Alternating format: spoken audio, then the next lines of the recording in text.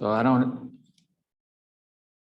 have an official clock here, but my watch says 12 o'clock, so we'll begin the meeting now. This is the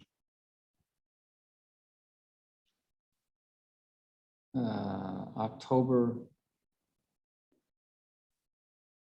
what's the date today? The 22nd, yeah. Meeting of the Policy Review Committee of Lone Star College System. We have in attendance myself as chair and trustee Jim Kane and trustee It's Dell. It's the technician. Yeah, and trustee Stoma are the Rhonda. and trustee Acecia and trustee Pierce are also in attendance virtually. And trustee Mike Stoma is virtual as well. And let's see, our agenda, we'll have the Pledge of Allegiance.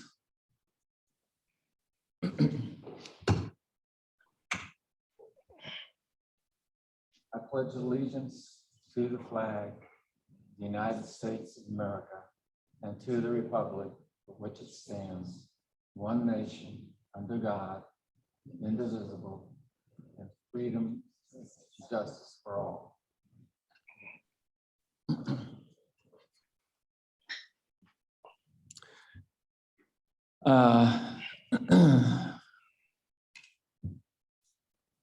Council, can you certify the posting of the notice of the meeting? The meeting has been certified and posted in accordance with the law. Thank you. The Chair. yes, Sir, under the agenda, you have to designate a meeting secretary. It's the first item. oh. Yes, I'm sorry. Yeah, you told me about that and I hadn't thought about it again. I think we will designate yourself as the meeting. Traditionally, it's been the office of the general counsel. Yes, sir. Yes. Would you like to do that? Yes, I would like to do that. Thank you, sir. Thank you.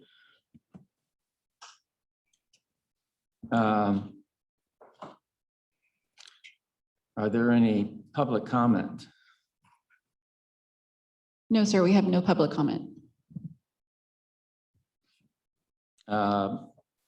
Approval of the minutes of the June 10th regular meeting of the Policy Review Committee. So moved. Second. We've got a motion and a second. All in favor? Aye. Aye.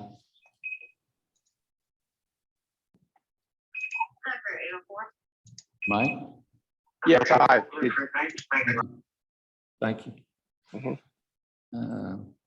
Let the record show that the June 10th meeting has been approved. Approval of minutes on the June 24th regular meeting. So moved. Second. All in favor? Aye. Aye. Aye. Okay. Committee operational policy discussion is next on the agenda.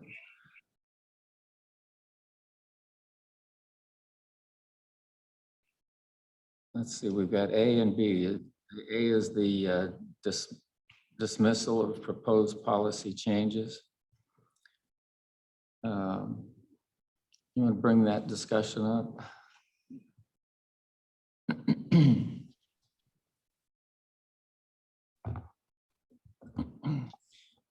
Yes, Chair. So my understanding of this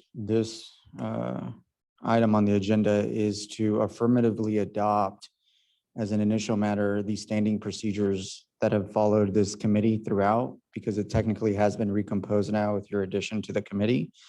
As former Chair Good and I discussed in the minutes that you just approved, with every reconstitution of the committee, it's up to that new committee to then adopt the previous procedures or change them. And I think from what I understood from building the agenda with you, dismissal of proposed policy changes was put there at your request to discuss essentially the item of how many times could a community member bring an agenda item over and over. In other words, so if they bring an agenda item to this committee rejects it, the question that I posed was, can they bring it the next time you meet?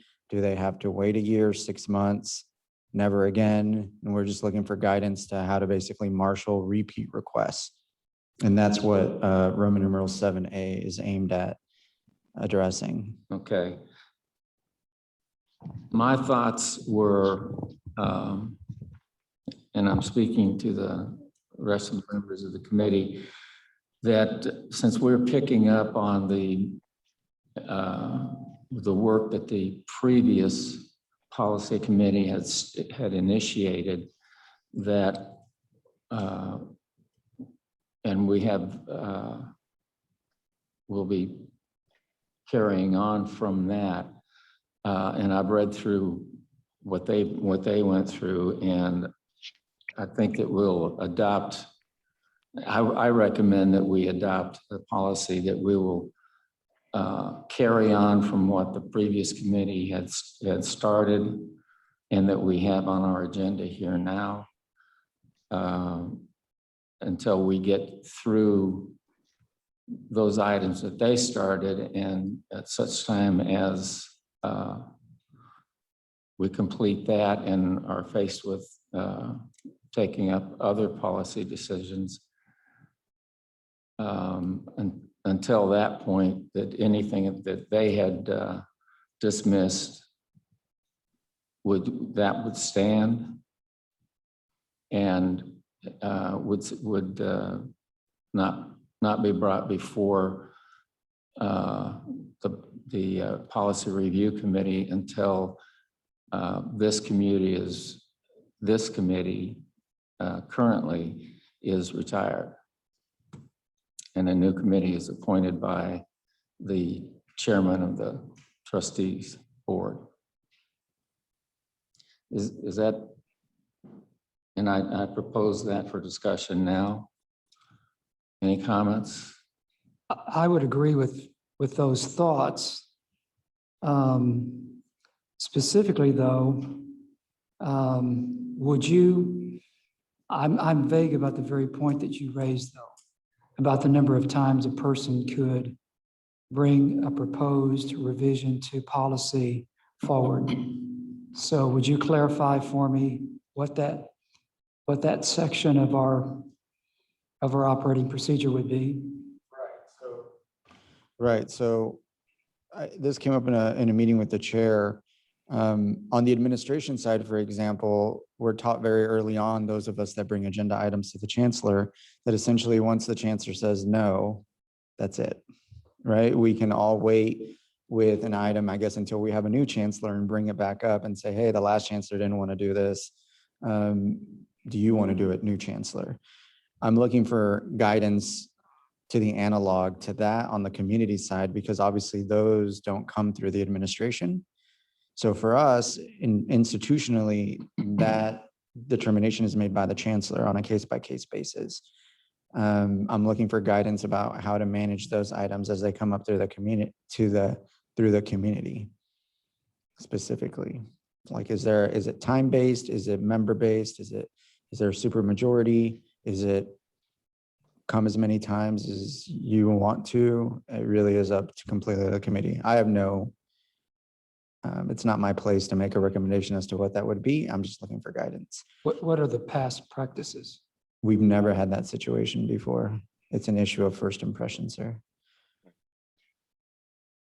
Mr. Chair, this is Mike Stoma. My thoughts on this subject is this. Since it's a committee to the public, in these open sessions. They can bring their issues. Now, the question is, can they just repeat that for every session?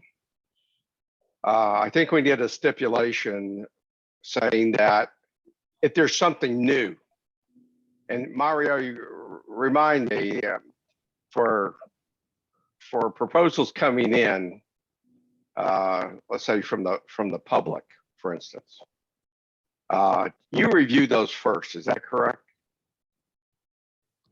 Under the current rules, yes, sir, I would get them first. So you would see that if there was a repeat, someone just resubmitting the same old stuff. I should, yes, sir. Yes, sir, I should. In But- helping build the agenda, I should see them.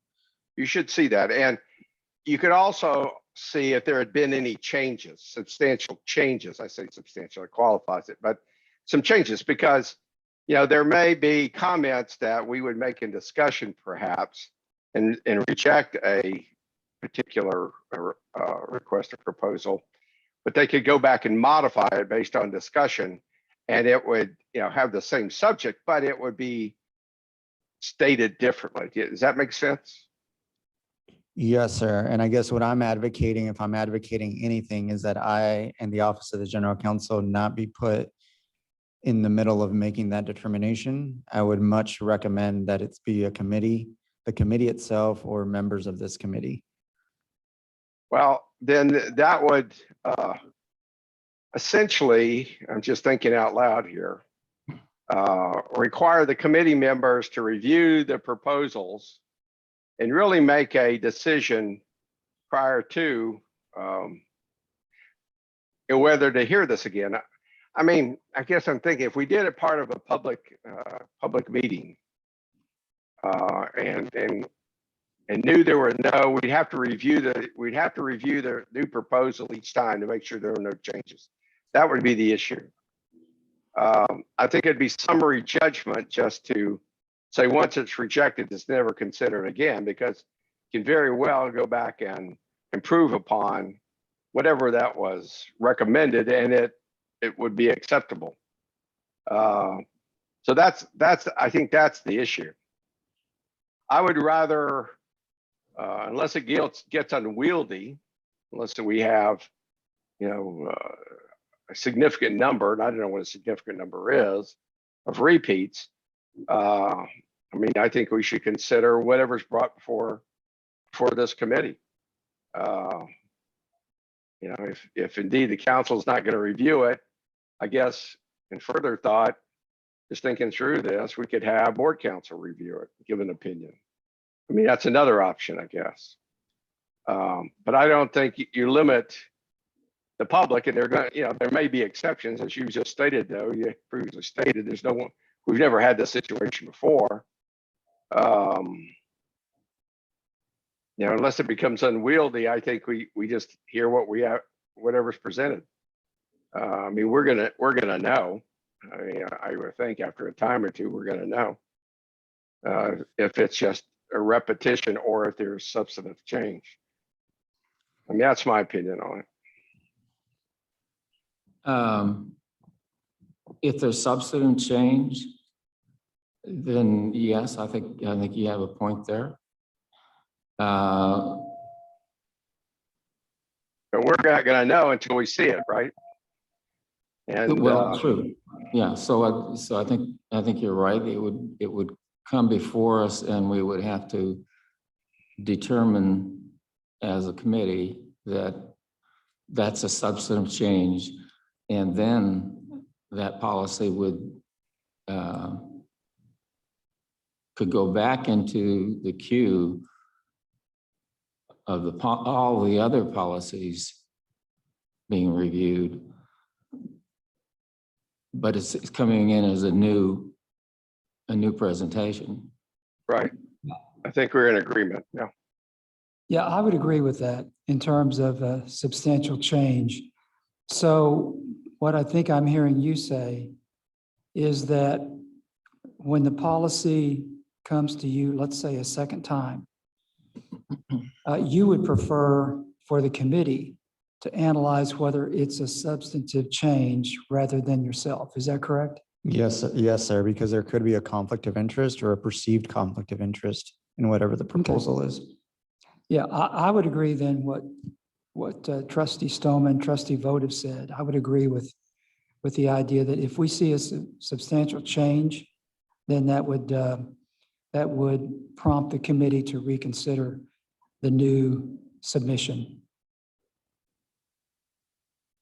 So in the current process, Mario, I mean, they would still come in, they would come to the board and we would have to review it. And during our policy review meeting is to make that determination to whether we consider it or not. I mean, that's what I see as the current procedure anyway. Indeed, sir. Indeed. Just consistent with what I've said in previous meetings, I like to ask procedural questions before the substantive issues arise so that it doesn't seem as though the procedural questions are being informed by the substantive legal issues that are being presented. Got it. So we just continue. I mean, I don't think there's a decision to be made here. We just continue with the procedures we've adopted already, right? Okay. So you will let the minutes show that we had this discussion and the policy on repeat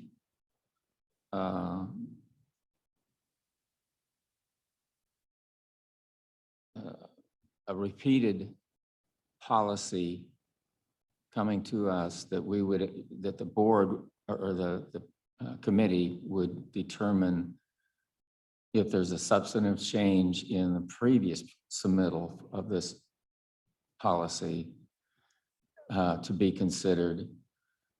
And then that would then be brought into the queue of what we've got under consideration. But it starts over. It's basically a new submittal of a new policy. Yes, sir. That's what I understand your instructions to be. Mario, let me ask you, I'm sorry. Let me ask you a quick question. Would you have issue just flagging it as a previously submitted policy? Would you have an issue doing that? I think I'd feel comfortable flagging it as potentially a repeat. Okay. I think I would feel comfortable with that. Yes, sir. If you could do that, I think, Mr. Chair, I think if the council could do that, that would help us make this determination.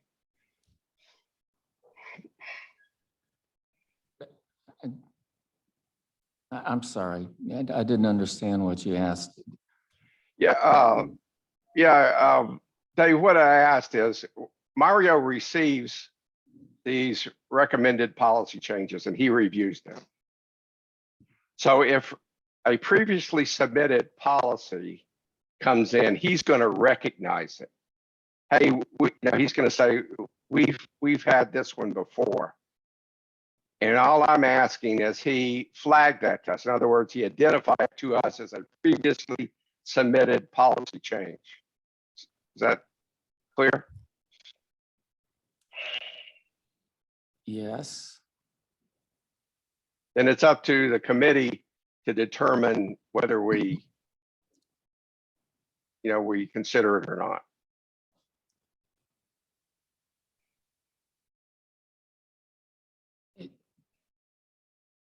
Again, I don't know. I agree with that. Yeah, I don't know that requires any change in procedure, Mario. I mean, it's just you agreeing to do it, and I don't know that we need like a formal change to do that. I mean, what are your thoughts? No, sir. I don't think we need a formal change. Just consistent again with my recommendations throughout the formation of this committee. The Office of the General Counsel is only going to be told, is only going to do what we're expressly told to do. We don't want to be presumptuous and take any decisions without clear guidance by the committee. Sure. So, Mr. Chair, your recommendation into the record still stands that we follow the current procedure. I mean, that's what you're recommending we do for resubmitted policy changes. I think in a resubmitted policy change, we would, in the process of coming to that conclusion, that it is a different submittal of how to handle an issue that had priorly denied to take up, that this, as part of our decision there, we would go right into the first culling and identify its priority. Yes, I agree. Okay. That's our procedure now, I do believe. Thank you. Okay. If you'll handle that that's kind of an addendum to our current committee action Yes, sir. policies. We will do that. We keep Okay. a running list of your directives. Okay. Thank you.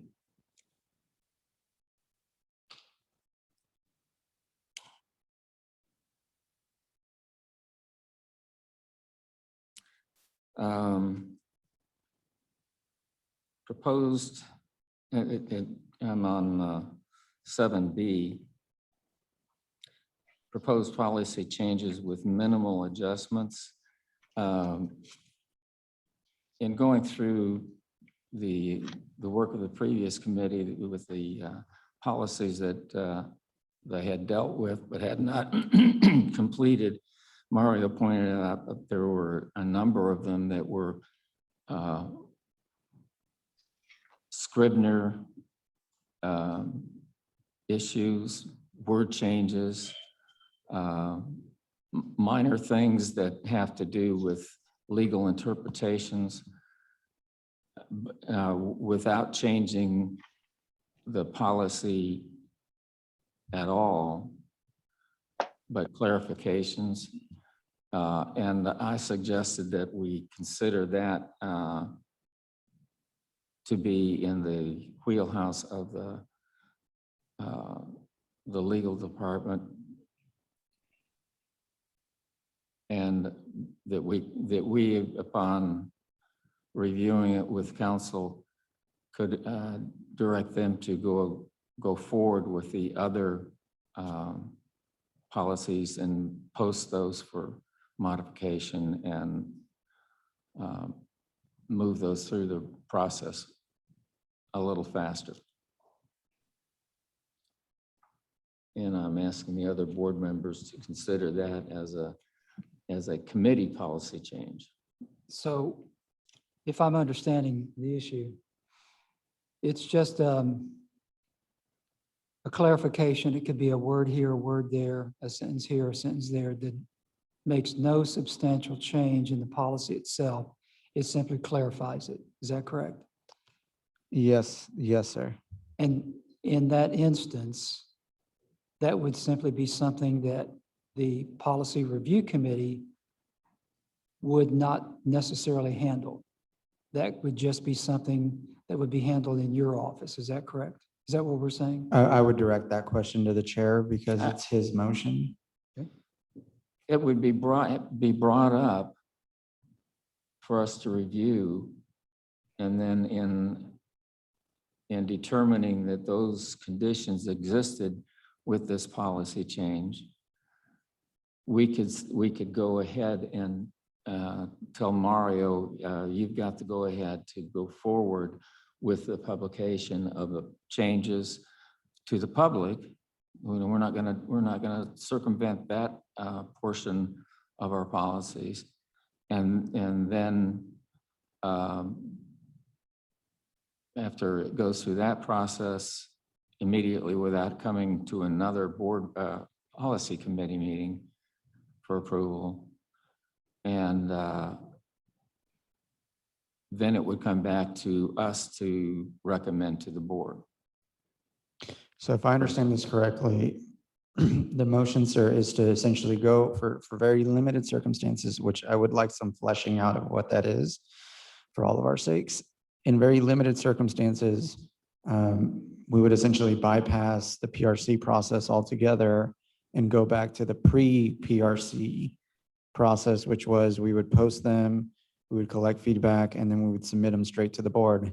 As the committee is well aware, right now, we can't submit them straight to the board without coming through the committee.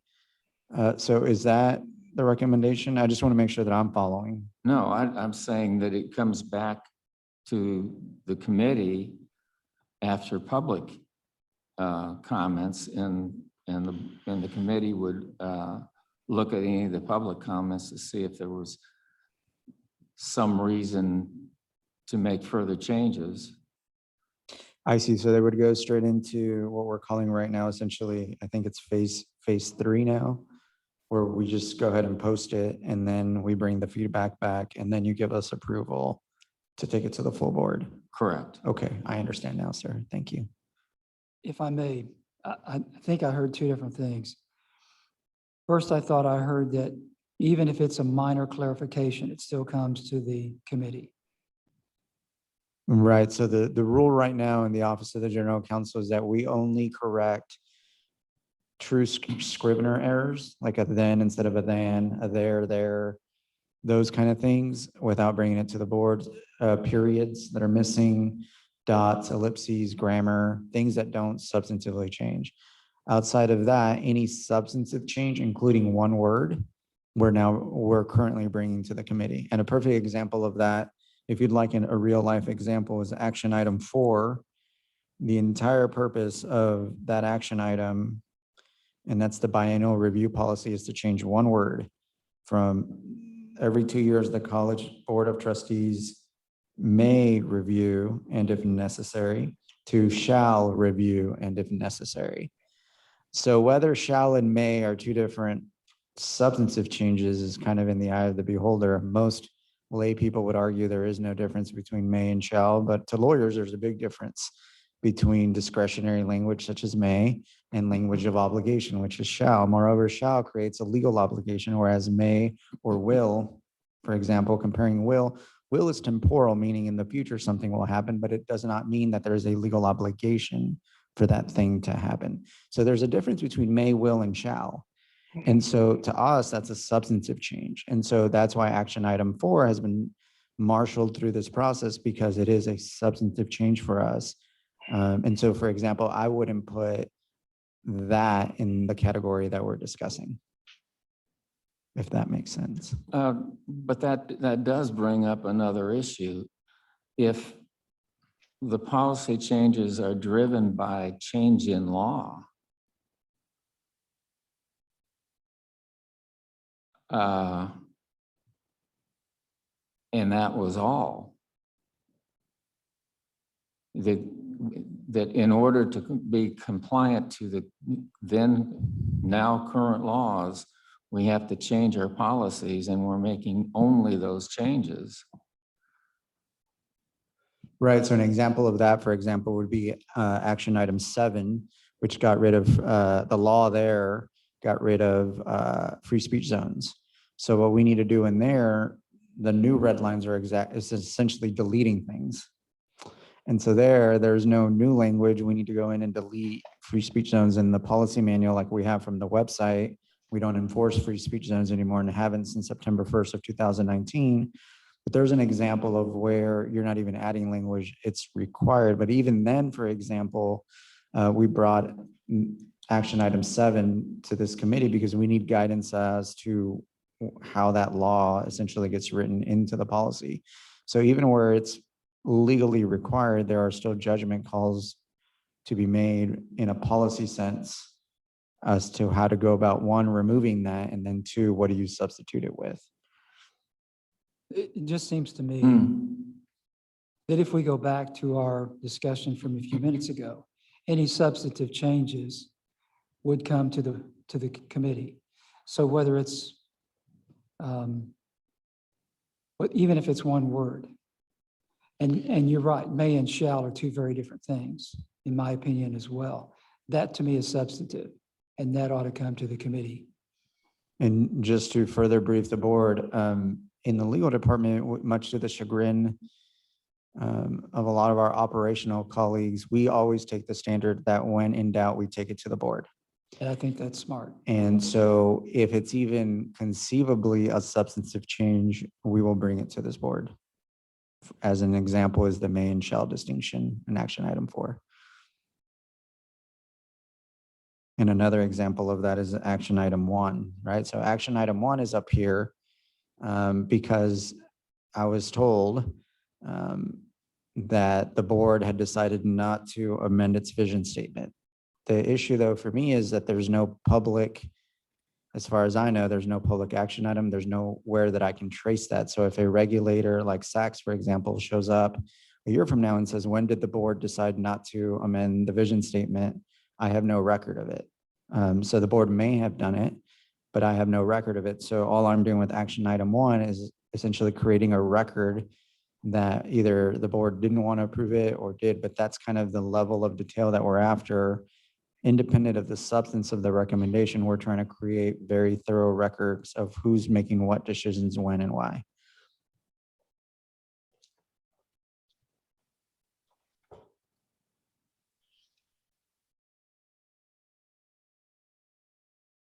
Okay.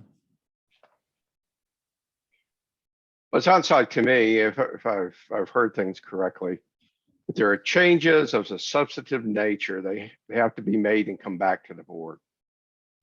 We have a discussion on a policy where changes are needed that are, let's say, grammatical or, or whatever, that those could be made and then posted. They don't have to come back to the board because there's no change in substance.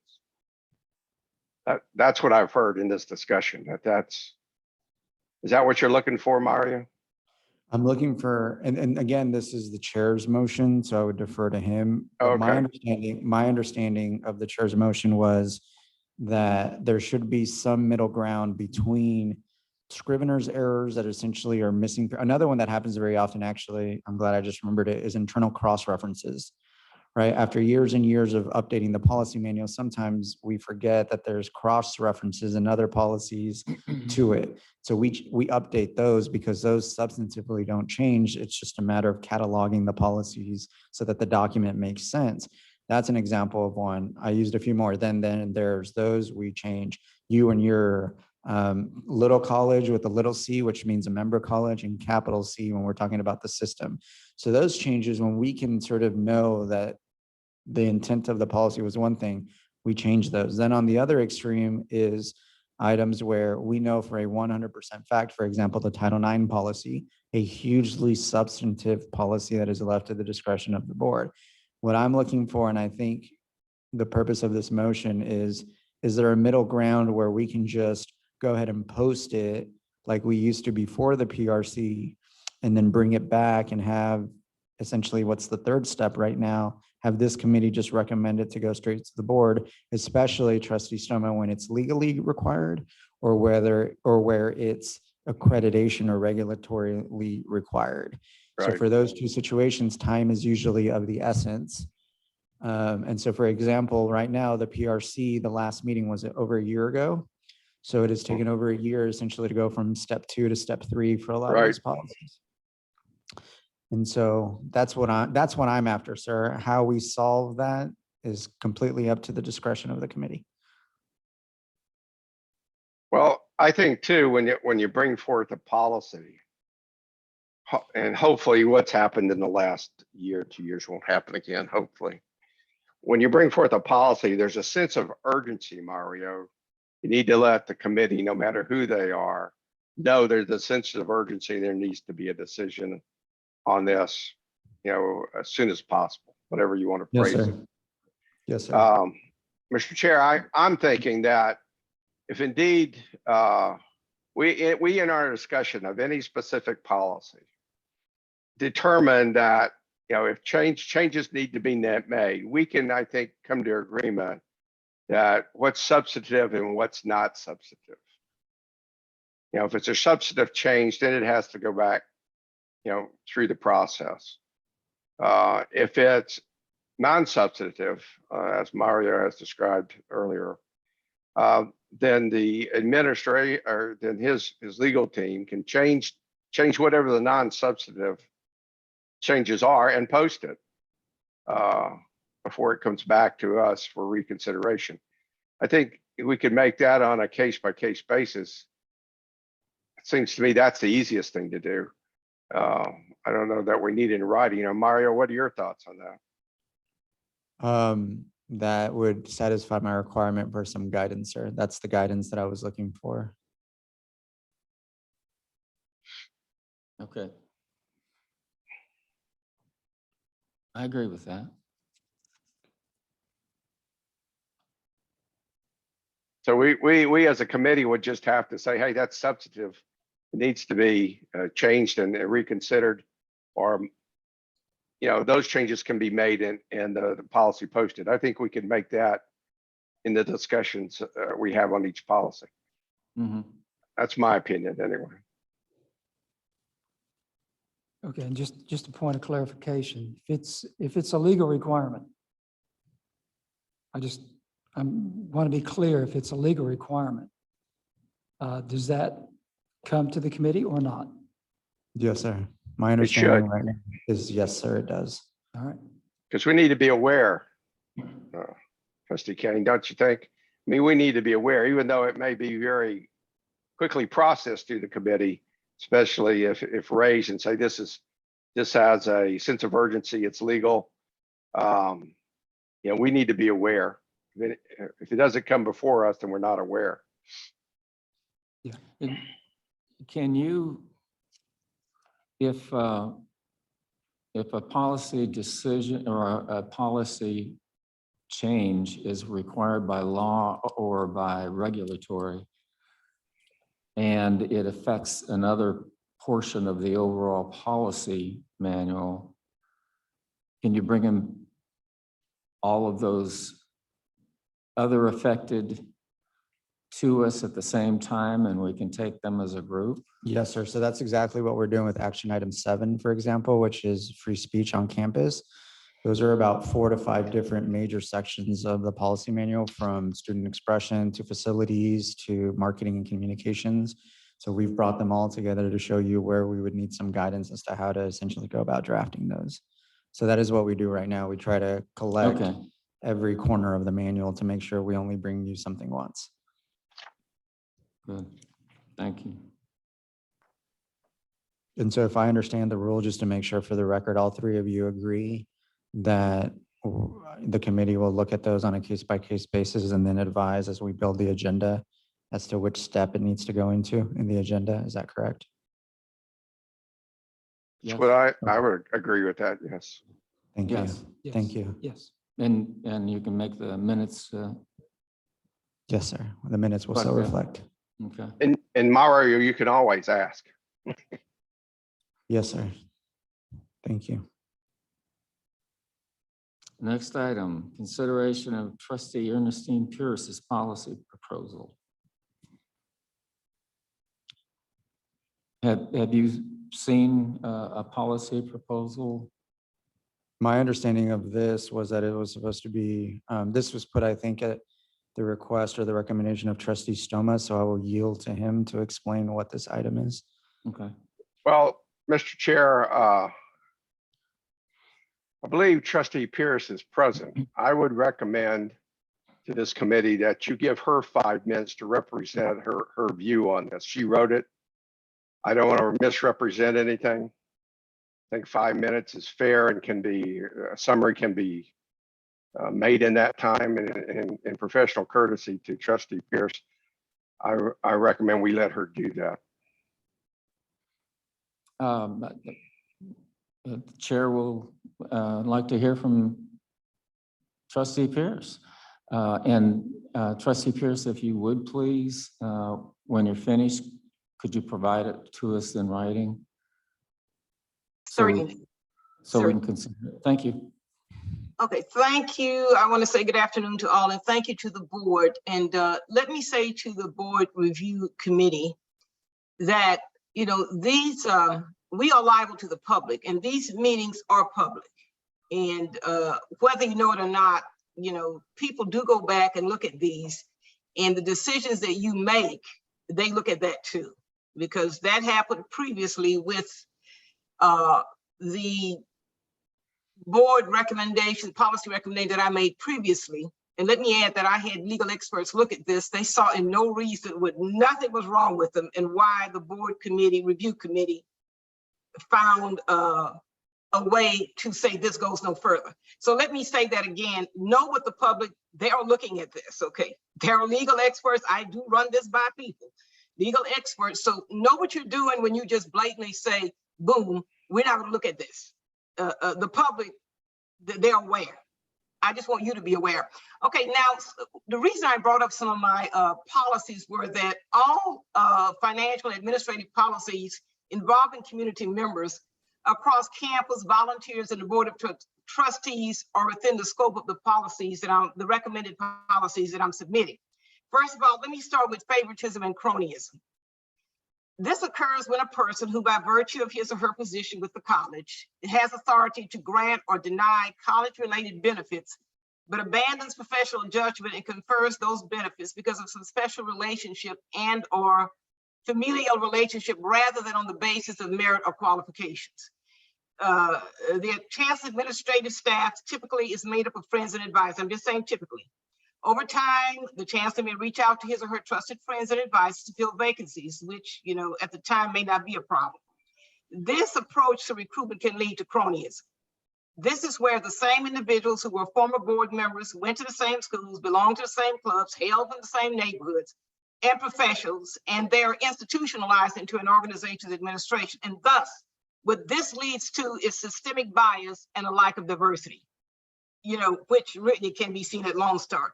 Okay, my board policy recommendation on this. Board policy should prohibit the employment and appointment of former Lone Star College trustees from holding administrative positions, such as vice chancellors, college presidents and vice presidents, directors, deans, and other positions formed or created at this level. And the reason I say this, you know, I know everybody needs a job, but listen, they can always be faculty, they can be in that, but to put them in a position of a vice chancellor and a president of a college, to me, just goes beyond, you know, good government. My second policy was recommendation. Board policy should include restrictions in which an employee would not have control, and I guess it's the same as basically with the cronyism, and I would say nepotism. The board policy should include restrictions in which an employee would not have control over family members' employment, such as hiring, promotion, raises, and termination decisions, work responsibilities, performance evaluations, or compensation. The board should focus on preserving the integrity of employment-related decisions, maintaining a productive and fair work environment, and preventing conflicts of interest. Now, the board has fiduciary responsibility. The first job of college or university board members is to be fiduciaries of their institutions, to hold colleges and universities in trust. It includes monitoring financial reports, conducting annual audits, approving expenditures of administrative contracts, and examine variances. Trustees should always be aware of the ways that the board could be exposed to liability for breaching their fiduciary duties. Okay, and to me, this forms the basis for new policy or changes within Lone Star system. My board policy recommendation was since we as a board, you know, have to approve contracts, any and all high-level administrative and appointment hiring contracts are subject to board approval, even if it's a lateral move, which includes but is not limited to the following: vice chancellors, college presidents, chief financial officers, directors, and any other position that was created. And I'm saying this to say, remember, this is a board fiduciary responsibility. And administration may recommend, but the board should approve. That should be a board approval, period. Because if we don't see the contracts and what these people are making, then we're just, you know, vaguely approving something. But any high level, like college presidents to be, and vice chancellors, if you bring it on board before they assume work or employment, this should be brought to the board, and that's even if it's a matter of courtesy and allowing the board to approve or disapprove the contract. My last board policy recommendations was be that all jobs and position vacancies in the Lone Star system, regardless of rank and category, should be posted. You know, this is consistent with federal and state laws. You know, we are a state institution and we're not doing anything differently to ask it. I'm just saying my rationale. It is why it's supposed to all jobs and position vacancies, because failure to do so appears inconsistent and it gives rise to claims of favoritism and discrimination. A policy for a job posting should be created that must be followed. Now, there are benefits to this. There may be people in the ranks who feel like they want to apply for the job. They feel like they are qualified, but they're not given the opportunity. So it's also a morale issue. Now, some of the trustees may not know or simply may not care. I'm one of those who I care about the employees. And if an employee wishes to apply for a position, but they have to know the position is available. And that's also what we call transparency, and not doing things, you know, in the dark that everybody knows. So posting, benefits of posting a job as opposed to selecting someone to fill it without posting it, it reduces the chance of claims of favoritism within the organization. Okay. Posting jobs internally can help to create an environment where employees see the opportunity to be promoted by seeing advancement options. This perception can assist in employee retention. You know, people wouldn't be leaving as much.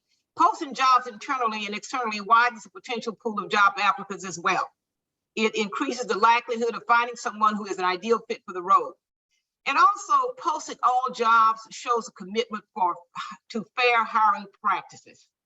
And lastly, posting jobs can give internal employees the opportunity to express interest, which I stated earlier, which the employer may not have known, the employee may not have known about otherwise. I mean, if you don't post it, they don't know. You know, and sometimes soon as we, you know, it comes down the pipe, people, and I'm sure some board members are aware of this, a lot of your employees are looking like, well, when did this happen? I didn't even know there was a vacancy. We don't need that. And we need to be as transparent as we can be. And again, let me reiterate to the board, I'm not trying to get into an administrative role. I just take my oversight responsibilities as a trustee. I take this very, very seriously. I really do. And again, this is not my first rodeo being on the board. Now, while we might have immunity, each of us as board members, Lone Star does not have immunity as a state entity. It can be sued. And of course, you know, we're board members, okay? But it can be sued. So this is basically where the policy recommendations that I had brought forth before, and you know, and I'm glad you gave me the time to talk about it and why I did what I did. As a matter of fact, it's, you know, it's just more transparency. That's what I'm looking at, and for us to be seen with all the Zooms and all the YouTubes, you know, you can't hide anymore. The board is definitely going to have to be responsible. You have to watch what you say. Just as those taxpayers came to the board meeting the other night, they are very aware of how we vote. And it's a different day. There'll be public questions asked. Thank you, Chair, Trustee Vogt, for giving me this time. Trustee Vogt, this is Trustee Stoma. May I ask Trustee Pierce a couple of questions, please, for clarity? Yes, please. I have some questions as well. Trustee Pierce, what I've heard is really, in my mind, two different, let's call it issues for right now. There's one issue where there's a circumstance where a former board member is hired into a high administrative position on what seemed like unilateral action. That's one issue. The other issue I hear is clarifying the process, the hiring process for the college. You know, I guess the higher question is, what is the hiring process for the college for open positions? That's kind of what I hear. Because I know in the first instance, there was a former board member, you know, a couple of years ago hired.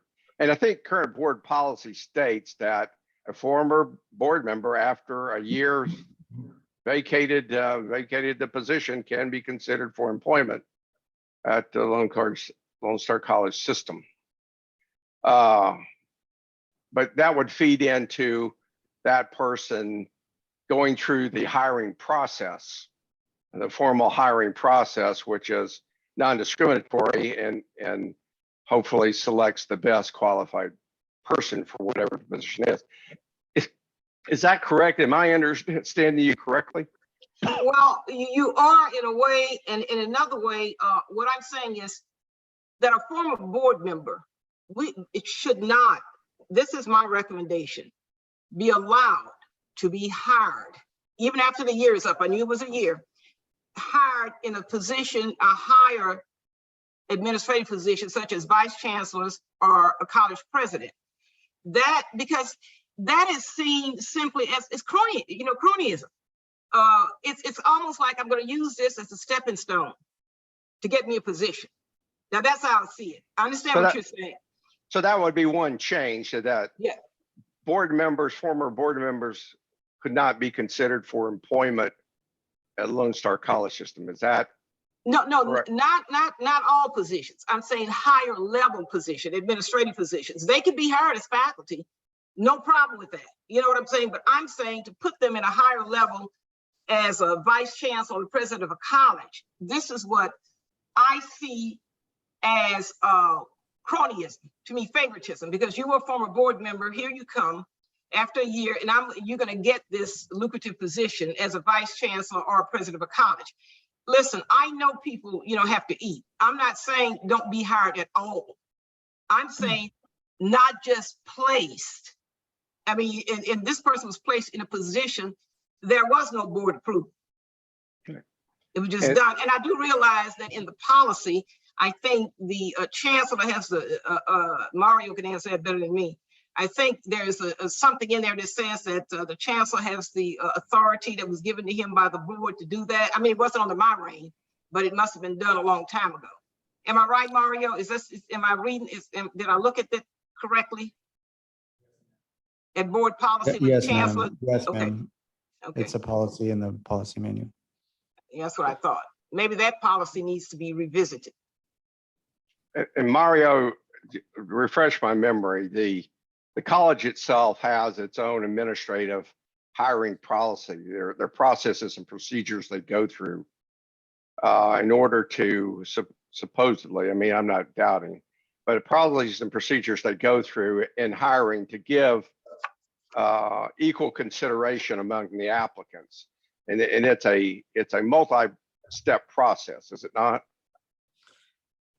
Yes, sir. It's been about a year since I looked at this. I want to go ahead and issue that disclaimer, but the last time that I looked at it, it's in the minutes actually that were approved earlier, at least at the time, it was in 4A1C. And there's essentially a bifurcation between what we call college administrators and system office administrators. And so you can direct appoint a vice chancellor, for example, but you cannot direct appoint a college president.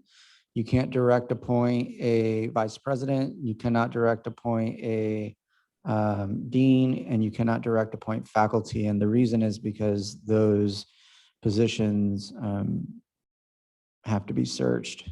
And there's even rules about who has to be on the committee. Okay, thank you. Mr. Chair, that's all my questions. Thank you. So my questions are more to you, Mario.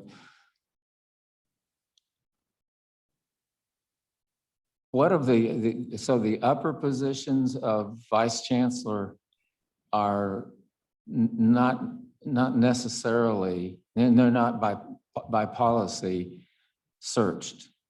Correct. Since May of 2016. Are they posted? Not necessarily, no, sir.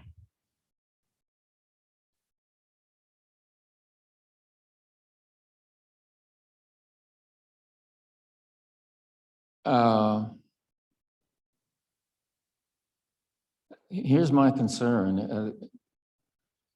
There's a separation between what the board does and the intent, as I have always understood it, was that the board is overseeing from a high level and hopefully giving some guidance to the administration for the benefit and the direction of the college. And we're also charged with leaving the administration to the administration.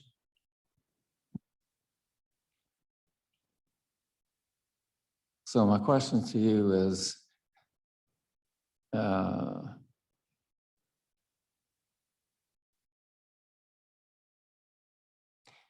if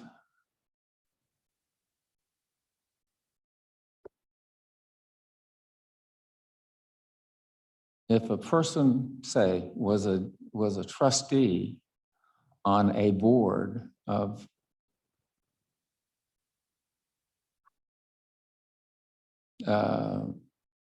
Houston Community College District, and retired from that and came to Lone Star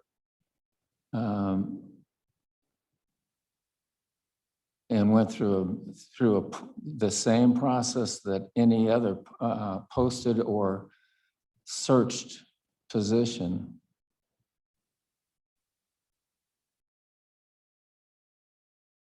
would they be denied simply because of their previous trustee position in another? No, not another college. No, sir. No, because it's two different institutions. We're talking to a former, Mr. Chair, we're talking the context would be a former LSC Board of Trustee. You know, let's just be honest. You know, Kyle Scott was a member of this board until he wasn't, for the reasons. You know, about a year or so after his exiting the board, the chancellor unilaterally offered him a position at a vice chancellor level. And that's what spawned this concern. And it's no different. I can speak about myself. I mean, I've been, you know, working with the chancellor and the CFO on information systems issues for over the past year. I mean, the situation could be where, you know, the chancellor could turn to me and say, hey, you know, we really need you as our CIO. You know, and I would say probably that would be good. It's exciting. Quite honestly, the changes that are coming are exciting for me because it's what I do. But the point is, you know, a deal could be cut. I mean, that's Ernestine, I should say, Trustee Pierce's point here. The deal could be cut for me to exit the board, wait a year, then be hired back at a salary about $250,000 or such, plus benefit. And that's the situation we're trying to avoid here with this proposed policy change. Trustee Pierce, am I wrong about that? No, you're correct. I just don't want us to become like some other entities that is just, you get on the board, you get off, you got a job. Yeah. You know, a high level paying job. And I wonder why we're saying this. Mario, you said the policy of just being able to directly appoint or hire vice chancellors, this was passed in 2016. Did I get that? Yes, ma'am, in May, if I remember May. correctly. Again, Okay. I just want to clarify. I said I haven't looked at it in a year. Okay, but I yes, think, if my I memory think you serves know. me, Now, it's I May think you're right. 2016. And like I said, now, my question is, why was this? Yeah, I mean, I wasn't on the board. Certainly nobody in there was on board. So I'm just questioning, you know, I mean, why was this done? I mean, why was there a need to allow the chancellor to just directly hire vice chancellors and not go through the posting and the search or whatever you want to say, the process, some kind of process? Trustee Pierce, in all due respect, so I think, at least in my mind, that what you're suggesting needs to be examined. I don't know if we want to examine that right here and now. That's true. I agree. I agree. I think, in my opinion, to everyone, is that policy needs to be reconsidered. We need to review that policy versus trying to implement another policy. Okay. Because indeed, if we go back, Mario, and look at historically what's happened here, post, pre 2016 and post 2016, we may very well see the difference. And then the change would be, to go back to post, or I should say pre 2016. It would be a different change than we're looking at today, but it would accomplish the same thing in a context of previously adopted policy. That's another discussion, and I don't think it's a discussion for today. That's my opinion for this. So, that would be my recommendation,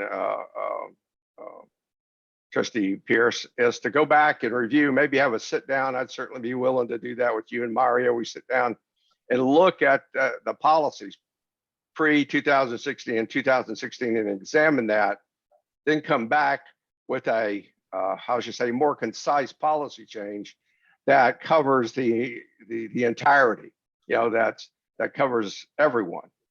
And that would be my recommendation to you. I concur with that. I can live with that, Trustee Stone. That's a good idea, not a bad idea. Mr. Chair, I apologize for taking the floor, but my recommendation for this policy that's come before us today is that we, I don't want to be harsh here, but that we reject this policy change in lieu of, Trustee Pierce and Mario getting together to come up with something different. Let's just put it that way for today. But today, I think our decision is to decide whether we want to go forward with this proposed policy change. I recommend that we don't, and go from there. Mr. Chair, Yes. if I may, if this particular policy needs to be reviewed, that's one thing. I, for one, want to be on the record that I don't have a problem at all with this policy. I think it's a good policy. I think that the chancellor under this policy has the authority to have the kind of people on board that he or she needs. And I'm fine with the policy as it is right now. But if there are those who want to resubmit according to our guidelines, a second review of this policy, then that's another matter. That's fine.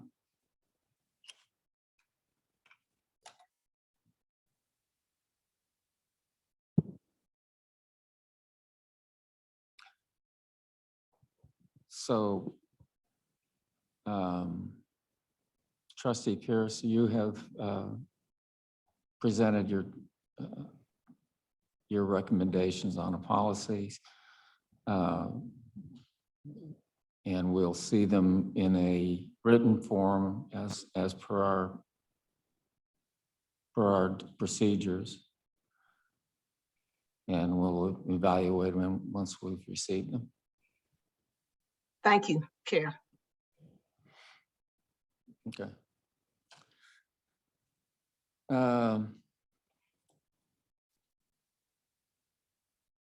Policy considerations.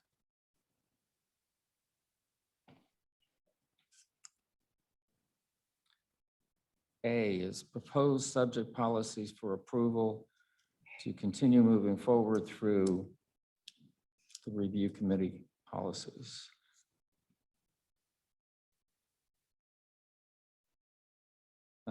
B, proposed policy for approval to post to public for comment. The vision statement, action item 1 and action item 2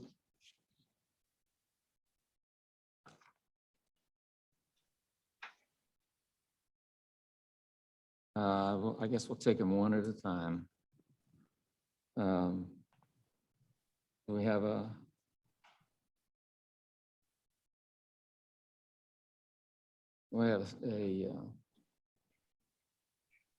take up action item number 1. So move for action item 1. Okay. Second, Thank you. Moved in second. As I remember, this is a requirement of SACS that we. Right, so this is the one that I mentioned earlier, where we've received some undocumented guidance that the board is not going to update the statement. And so Dr. Smith, to his credit, who's here, by the way, Dr. Smith is right back there, Vice Chancellor of Academic Success, had recommended that we take it off, and it was my advice to keep it on so that we can get something on the record one way or another. But if you'd like to ask him questions or any background, I'd invite Dr. Smith up here instead of myself, before he is a subject matter expert on that policy. Okay. Dr. Smith?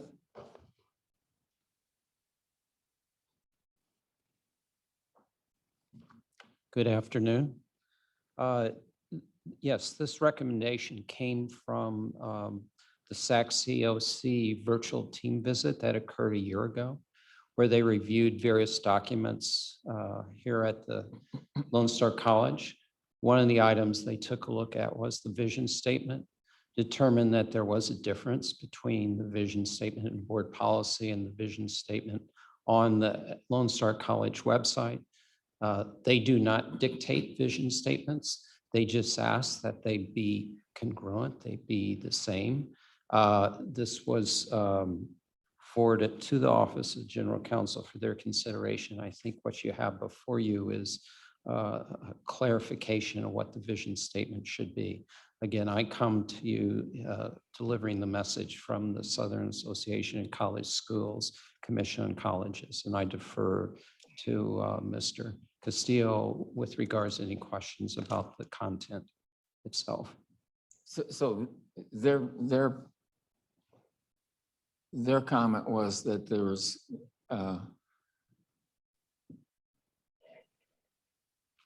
a conflict or not congruency between what we had as our policy and what we showed as our policy, our vision on our website.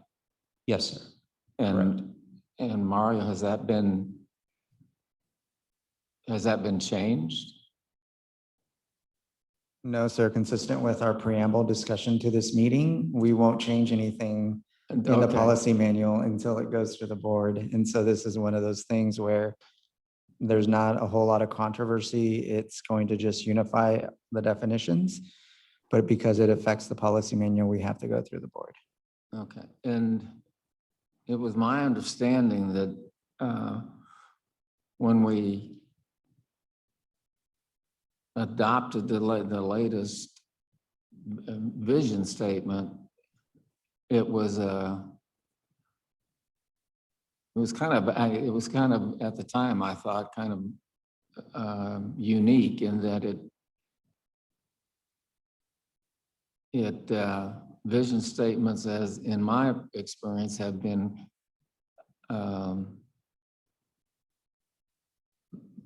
focused on a single thing, whereas ours became a multifaceted vision statement. And I don't think, and I thought at the time that it made good sense, even though in practice you can't put all of those elements together and give them equal weight, either in any way, and I would think.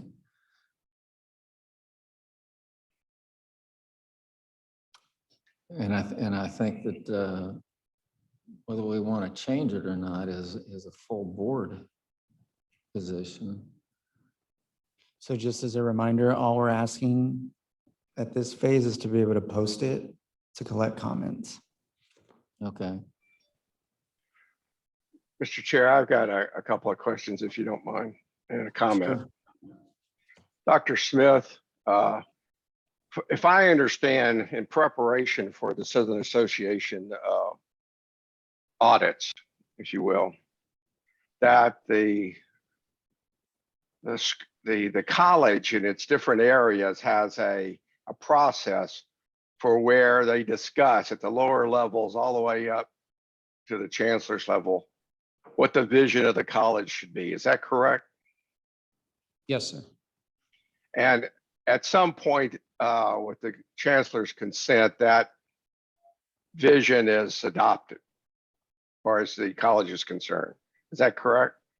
I think it's adopted by the Board of Trustees. Yeah. Well, that's where I was going with this. See, by the board policy, it is the board's responsibility to formulate the vision for the college. The vision is indeed the overall, how should I say, future state of where we want the college to go, where we think, and I'm speaking on behalf, we being the board, for instance, not on behalf of the board, but in the place of a board, where we want the college to go based on the understanding of our community and our constituents, et cetera. And then the way that works, that trickles down, into lower level policies and procedures to help execute on that vision. So there's alignment. I think the proposed change as we see it here needs to be there because it's incumbent upon the board to review the mission and the vision statement for this institution. That's what we're here to do. That's what we're here elected to do, assure. There also needs to be a marriage between what the board, how should I say, sees as the vision, the mission, and what the college sees, everyone else sees. And I don't think it's that much different, quite honestly. Maybe it's a matter of semantics or something here and there, but there has to be that type of discussion, between the board and administration, or whatever. However, the board's pretty well defined. Administration, is that just the chancellor? Is it other members? That's up to the chancellor to decide. But there has to be a marriage so we all agree on what the vision and the mission is. And whenever you see it, it's posted, it's the same everywhere, which gets back to, I guess, the auditors, Southern Association auditors issue, that they see a difference. It's stated two different ways. So I'm just making this comment. I think we should, the change is warranted, the substitute of the shall. I think as a board, and we don't need to address this now, we need to assure that when the process starts at the college as flagged as informed by the chancellor, that they're going through the process of revising these vision and mission statements, that we ourselves do the same thing. And then there needs to be a consolidation, or how should I say, a committee of both to come to agreement on what the final wording of that is. That's another discussion for another day. But in my opinion, that's what needs to occur. Maybe that's a policy decision, or maybe it's just an agreement between the board and the chancellor as to we change a procedure on how this is done in the future.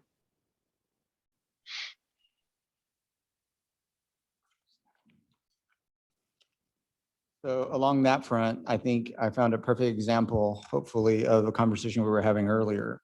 And it has to do with sort of changes, right? So technically, the board approved this vision statement on August 20th of 2020.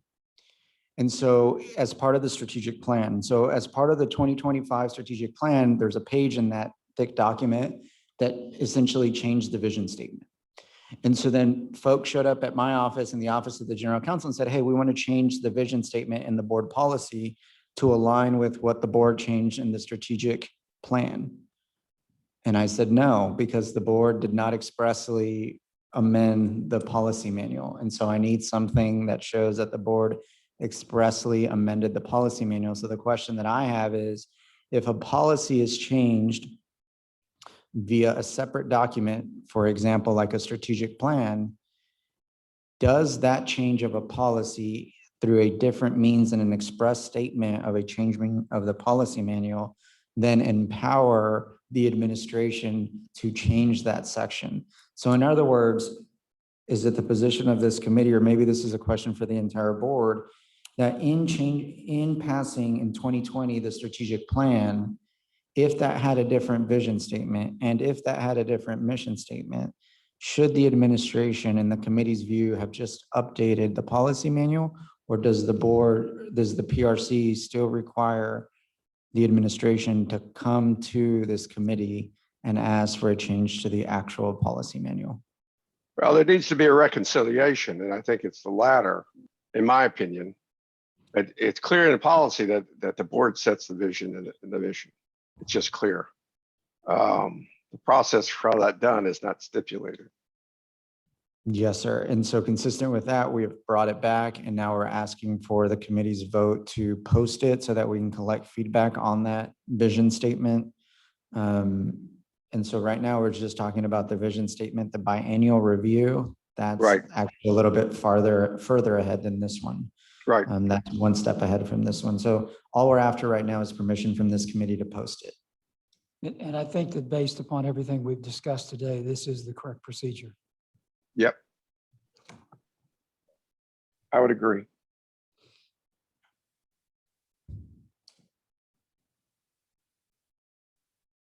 Okay. So we There's a do pending need, vote, sir. There's need a a- pending vote.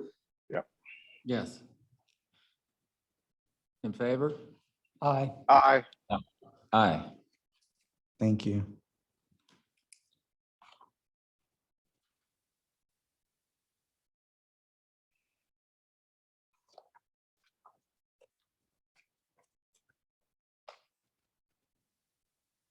Did that cover the institutional review board? No, sir. Action item 2 is separate. Okay.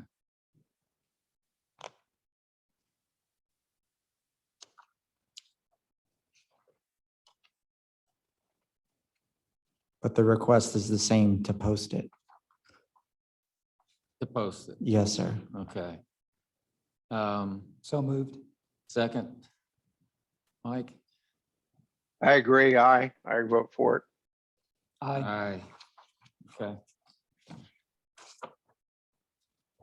Mario, the rest of these, essentially you're asking to post them